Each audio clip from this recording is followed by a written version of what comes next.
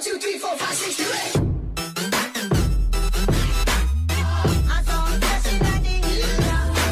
8. Welcome to NHL Quick Hits. I'm David Crosby here with Steele Roden, and we will get to the fantasy portion of today's show shortly. But first, we need to address the wild weekend that ended Week 7. First, the milestones. Andrei Vasilevskiy recorded his 200th career win in the Lightning's 3-0 shutout victory over Seattle on Friday. Connor McDavid became the fourth fastest player to have 400 assists earlier that week. Kris Russell, he recorded his 2,000th blocked shot on Saturday, passing Brent Seabrook for the most in NHL history. That's kind of an underrated statistic. I can't even imagine blocking 200 shots, let alone 2,000 in your career. That's crazy. The Stars' Joe Pavelski opened Friday's 3-1 win over the Avalanche with a pair of goals, becoming just the 10th American-born player to reach 400 in his career. Hopefully you watched last week's episode and picked up Jake Ottinger before he extended his personal win streak to 4 games, and he's basically keeping Dallas afloat in the Central all by himself right now. However, that hasn't kept teams from calling the Stars looking to trade for pending free agent defenseman John Klingberg. The 29-year-old is reportedly looking for an 8-year, $60 million deal, which obviously would be extremely hard for Dallas to fit under the cap, so that's something to keep an eye on. Senators goalie Matt Murray cleared waivers on Sunday, and he is going to be sent to their AHL affiliate in Belleville. Ottawa hopes he can rediscover his game there, back to when he was a Stanley Cup champion, why they gave him that huge 4-year contract. He just hasn't lived up to that in Ottawa so far, and it looks like in the short term they're going to head in a different direction.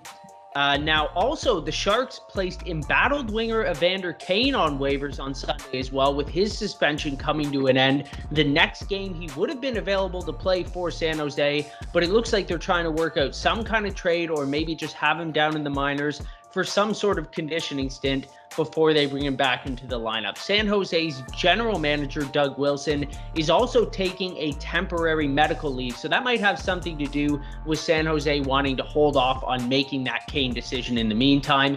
In other front office news, this was a huge bombshell. Canadiens assistant GM Scott Mellanby resigned on Saturday after being told he was no longer under consideration to be the team's next GM or president of hockey ops. Now, reportedly, he had been told he was being considered for those positions, so obviously he wasn't very happy and considered it untenable to stay there. Then on Sunday, the organization basically cleared house. They fired GM Marc Bergevin and 2 others within the organization before naming former Rangers GM Jeff Gorton as their new president of hockey operations.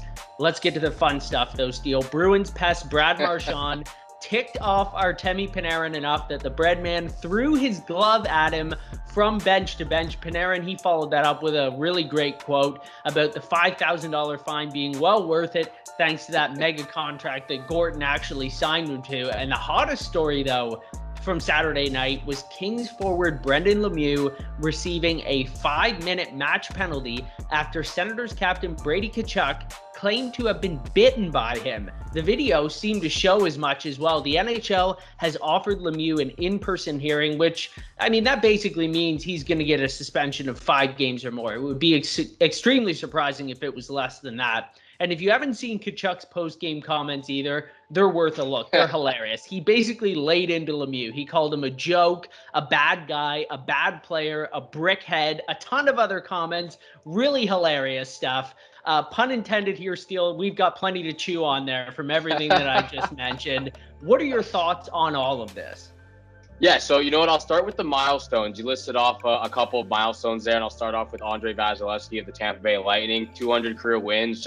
He's had an absolutely fantastic career so far.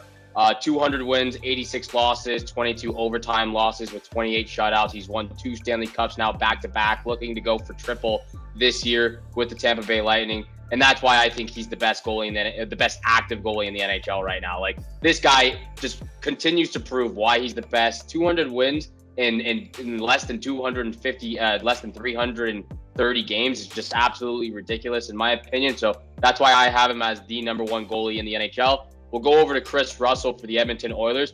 This guy, to have 2,000 blocks in a career and be the first player to ever have 2,000 blocks is just incredible. And I was looking at the list for people who have the most blocks. The second most blocks in the NHL is Brent Seabrook, and he's played 224 more games than Kris Russell has, and he has 5 less blocks than him. So the fact that Russell has 2,000 blocks in only 890 games is just incredible feat for him. He puts his body on the line every single day. He's averaged 2.25 blocks a game pretty much in his career, which is just unheard of. So for me, what an absolutely incredible and kind of weird stat to put out there, but 2,000 blocks is just incredible. Definitely a bunch of bruises for a lifetime over the span of his career. Now we'll go over to Connor McDavid, 4th fastest to 400 assists ever in the NHL, which to me is it just proves once again how special of a player Connor McDavid is. And to me, I think by the end of his career, if he honestly just wins one Stanley Cup, by the end of his career, he to me will be the greatest hockey player that will have ever lived and to have ever played the game. Better than Wayne Gretzky, which is a very, very big statement right there. But that's just how good of a hockey player Connor McDavid is in the way the game is played right now. And then for Joe Pavelski, this guy has just been dominant over his entire career. Still looking to win a Stanley Cup. So for me, 10th American to score 400 goals is just an absolute incredible feat again. So all of those milestones, congratulations to those guys. And again, everyone on that list and getting those milestones more than deserves it. We'll go over to the altercations, the 2 altercations right now. We'll start with Artemi Panarin and Brad Marchand. And you know, I watched the game. I watched the entire game. It was getting chippy, and a lot of it was coming from Brad Marchand. And clearly something was said that was offensive to Artemi Panarin and why he threw his glove over there. You know, after the game, Brad Marchand, he was making a couple of jokes saying that obviously Artemi Panarin didn't like what I had for Thanksgiving dinner. That's why he was a little upset. But, you know, there's a lot of rumors coming out right now. Nothing has been confirmed, but some words towards Artemi Panarin saying, Russian-centric comments, saying that no one over there likes him. He's involved with Vladimir Putin, who's spoken out about obviously last year. So to me, obviously Brad Marchand definitely said something to get under Panarin's skin, and we've seen the type of person Brad Marchand can be in the past. We know that he'll do anything he can to irritate the opposition, and clearly he did something to do that. So in Panarin's case, $5,000 well spent. A glove to the body is not really going to do much, but it gets you a little bit. It's a laughable incident. It gets a little bit of jokes out there. So definitely something was said, but we'll leave it at that. And hopefully the NHL might get into an investigation for that. We'll go over to the Ottawa Senators and the LA Kings game last night. And I would actually like to hear your take on this too. And then I'd like to jump over to the Marc Bergevin incident. But to start with the Ottawa Senators, what happened last night was just absurd. Like, Brady Tkachuk was absolutely right for calling him out like that. Like, Lemieux is not a star in the league. He's not a special player. He has a job, but he's good at the job. He's a gritty guy. He's a physical guy. He does his job well. But to bite someone is just absolutely bush league. You know, Brendan Lemieux is the type of guy, he fights, he instigates. From time to time, he'll put the puck in the back of the net. But what he did last night was just absolutely bush league. He's an absolute doughhead for biting someone, especially in a time when there's COVID going around and, you know, all of this thing, NHL games potentially being postponed, infecting one another. Who knows if he might have it or not, if he's asymptomatic, whatever it is. But to physically bite someone in a fight, like, you're not a man, you're not a person for biting someone like that. A person just doesn't do that to another person. It's just uncalled for. It's bush league. It shouldn't be in the NHL. I would be surprised if he gets any less than 8 games. I think he deserves more than 8 games. You just don't bite someone, especially in times like this. I would like to hear your opinion on the Brendan Lemieux incident, because to me, I'm just flabbergasted right now. Yeah, frankly, I was shocked. I mean, I agree with everything you said. I think the COVID factor is really important. I'd be shocked too if he gets anything less than 5 or 6 games at least. He's got a history. He's crossed the line a whole bunch of times. Like, the NHL is a physical league. Guys do a lot of things and they can cause a lot of harm and things can get rough. But like, there's a very small list of things that you just don't do. And we talked about Brad Marchand when he licked people, he licked their face. That's one thing you don't do. Biting people, poking people in the eye, pulling their hair. Like, there's just a couple of things that you really shouldn't cross that line. And I think every player in the league should be able to agree, okay, biting somebody is just taking it a little bit too far. So yeah, I was kind of blown away, and like, Tkachuk's reaction was hilarious, you know, like not many players I think would go out, and he said, I'm only going to address this one time, but he made the most of that one time. He came out and basically said everything he possibly could think of, trashed this guy, saying that his teammates don't even like him, nobody in the league likes him, he can't believe he even has a job. And like, frankly, I kind of agree with him, because it's getting to the point where that's all Lemieux does. Like, at least Marchand, he's one of the most talented players in the league. Yeah, he gets under guys' skin, and like, he'll cross the line or straddle the line most of the time and do some dirty things. But like, Lemieux doesn't have anything else to his game. All he has is that antagonistic, dirty style. So yeah, I could do without him for sure. Yeah, and I couldn't agree more with what Brady Tkachuk said. You know, it honestly might be true that no one likes to play with this guy, and teams might not even like to have him on a team. I was looking; he's played on 3 different teams in the last 4 years, and all in the last 3 years of them being, you know, cut in half seasons. So to me, I think Brady Tkachuk was absolutely spot on with every single thing that he did last night. He only wanted to mention it once, but he did the best that he could do, and he made it all worth it. So to me, I can't wait to see Ottawa play against the LA Kings next time. And honestly, I can't wait to see Calgary play the LA Kings next time, because Matthew Tkachuk might have something to say about that too. But I'll move forward to the Marc Bergevin Montreal Canadiens scenario. And, you know, what a complete 180 that was from last season in the playoffs, making it all the way to the Stanley Cup Finals, and then to the way they started for the first 25% of the season this year in 2020, 2020, or 2021, 2022. So for me, you know, a lot comes into the scenario. Obviously, Carey Price has not been with the team. He had to take a step back and work on himself mentally, physically, whatever it may be. And we hope that he's still doing really, really good right now. Obviously, Shea Weber's out of the lineup, and we don't know where he's at with his future in the NHL and his career. A lot changed for the team as well. Cole Caulfield was sent down. They brought in Christian Dvorak, who wasn't really producing as well. Jonathan Drouin came back into the lineup. There's a lot that went on this season that was very different for the Montreal Canadiens last year. I think that came into play, but again, there has to be a change at some point. And you don't really look to anyone besides the GM, because they did just change up their head coach in Ducharme. So for me, I think it was the right call to finally change it up. And you know, Marc Bergevin did a tremendous job for the time that he was there with the Montreal Canadiens, but it definitely was time for change.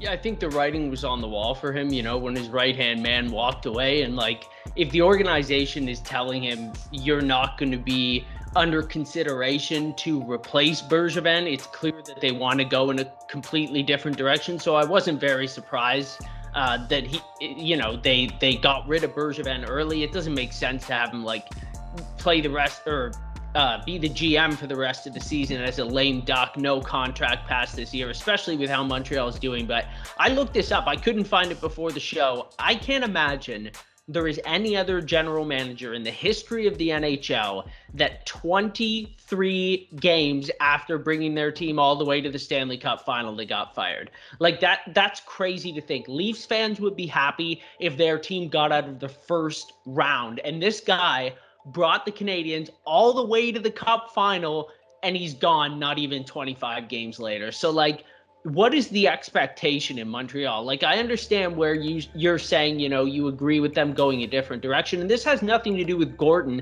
I think that he's actually a really good choice. I think he did a lot of good things in New York. He wasn't perfect, but he made a lot of really good decisions. They have a great core there.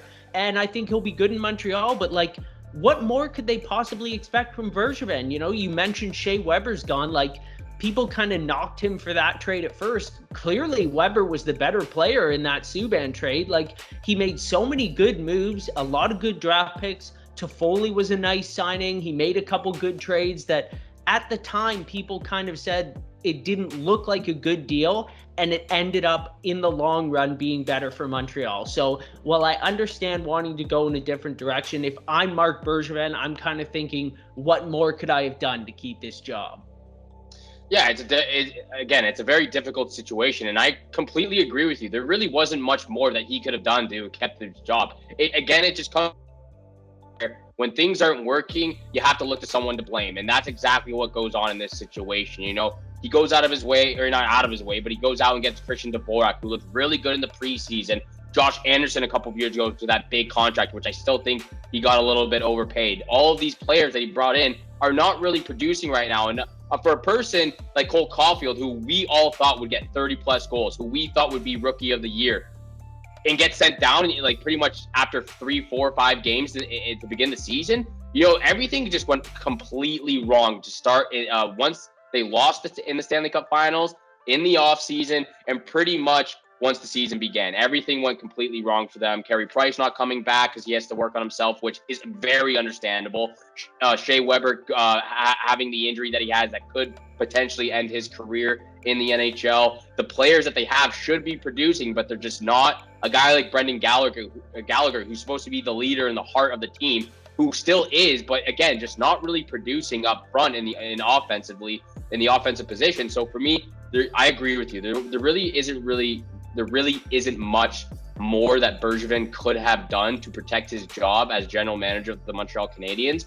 But again, they just need to look to someone to blame and just change things up, because if you don't change things up and it continues to go in that downward spiral and it just keeps continuing to snowball and not getting better and it continues to get worse, yeah, you might find yourself at the bottom of the league and with a first round pick or the first overall pick and maybe potentially getting Shane Wright. But you know, that's not what they wanted to do after just being in the Stanley Cup Finals. So again, they needed some change, and I think as much as it sucked for Bergevin, it was probably the right thing to do for the Montreal Canadiens.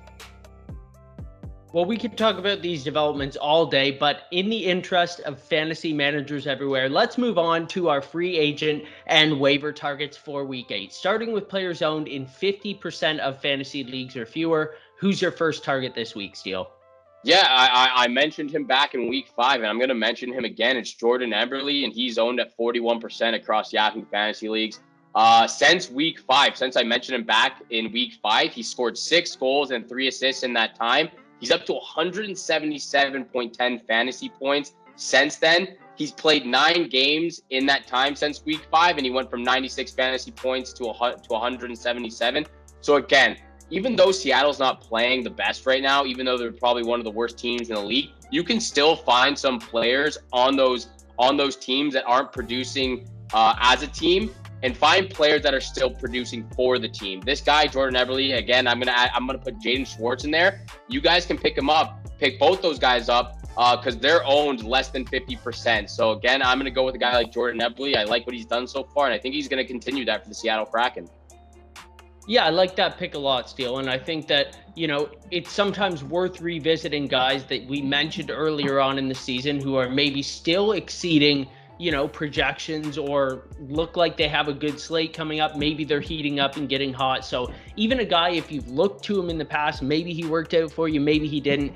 It might be a good idea sometimes to go back and give him another chance. I'm going to go to Trevor Zegras, and you know, he's just an all-around stud. This guy had such high expectations coming into the year, but Troy Terry and Ryan Getzlaf, they're getting most of the attention on that team right now, and rightly so. They're both playing really well, but I think Zegras deserves some of these fantasy managers' attention as well. He has 9 points in his last 6 games to go along with 14 penalty minutes, 3 hits, 4 power play points, and 13 shots. Zegras is centering Anaheim's second line, and he's playing the point on their top power play. I think just like it took him some time to acclimate to the speed of the game last year in his short little time with the team, I think he also needed some experience being a centerman, especially a top 6 centerman, facing off against such great opposition night in and night out. I think he's finally comfortable there, and I think you're seeing the results of that right now. I love the Ducks' schedule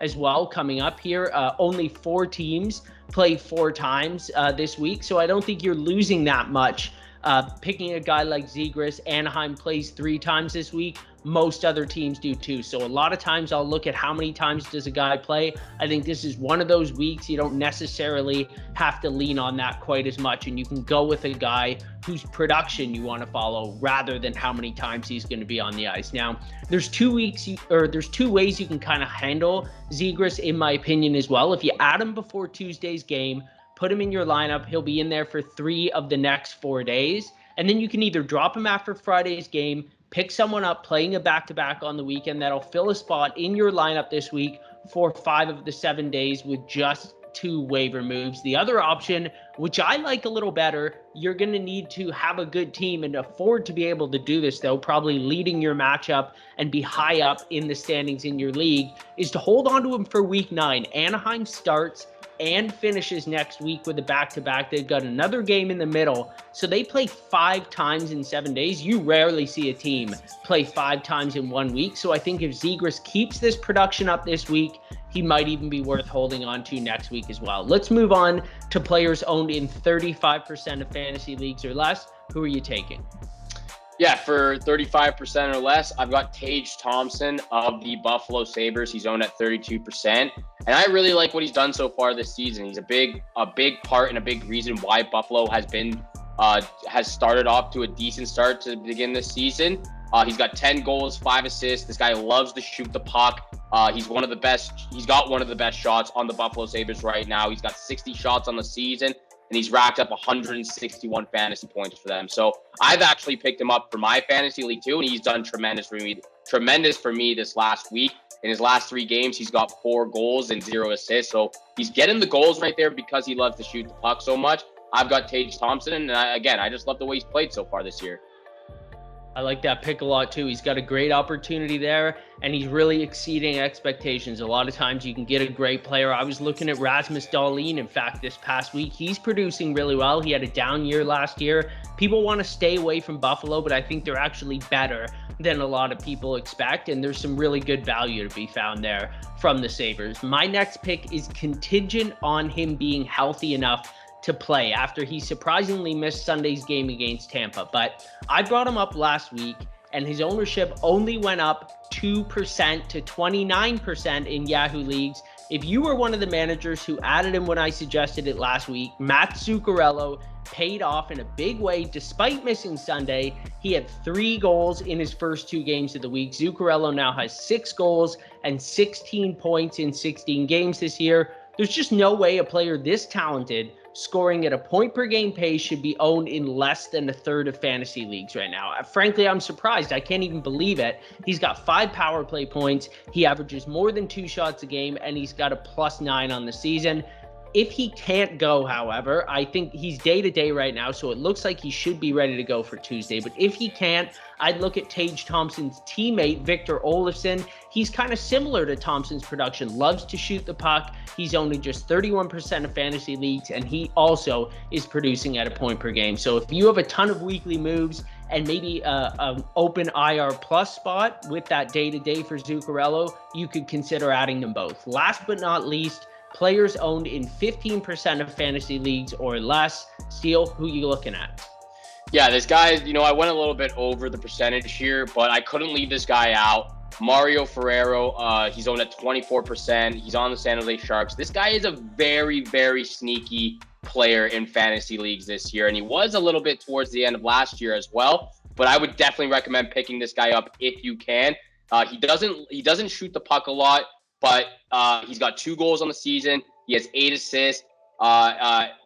You know what he does? He puts his body on the line every single game. He's got 44 hits, 60 blocks for 164.40 fantasy points on the season. And like I said, it's a very, very sneaky player on defense for the San Jose Sharks. Doesn't like to shoot the puck a lot, but again, when he does get a lot of those rebounds. For his teammates get a lot of those rebounds, and he gets the assists that way.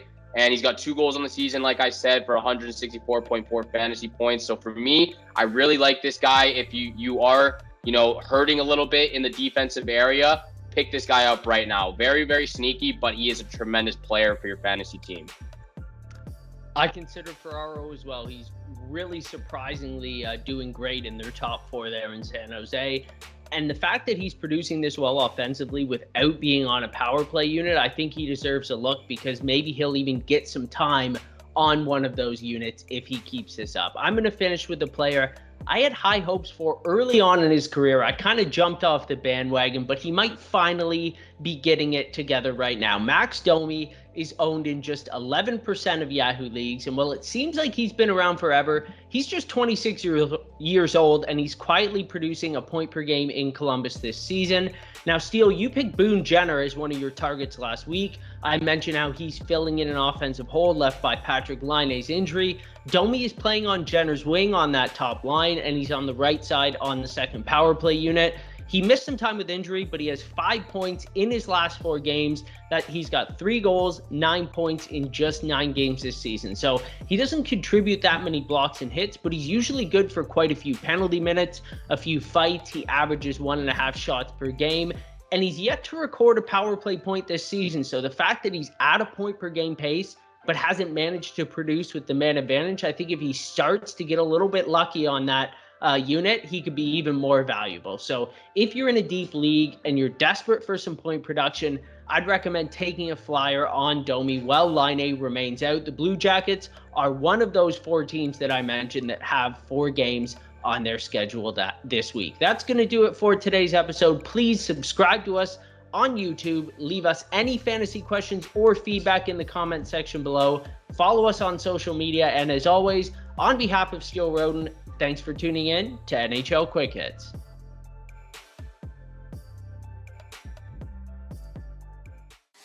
1, 2, 3, 4, 5, 6, 7, 8.